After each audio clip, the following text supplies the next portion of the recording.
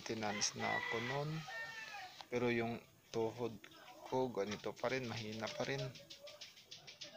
Nitong April 2023, nitong April, nitong taon lang, nakalakad ako ng maayos at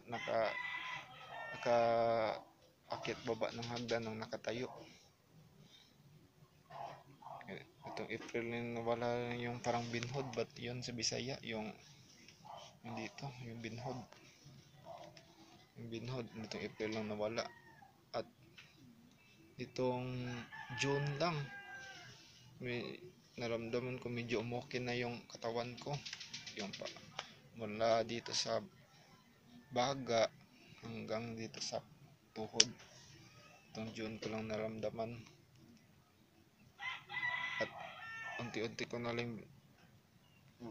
na ako mabalik sa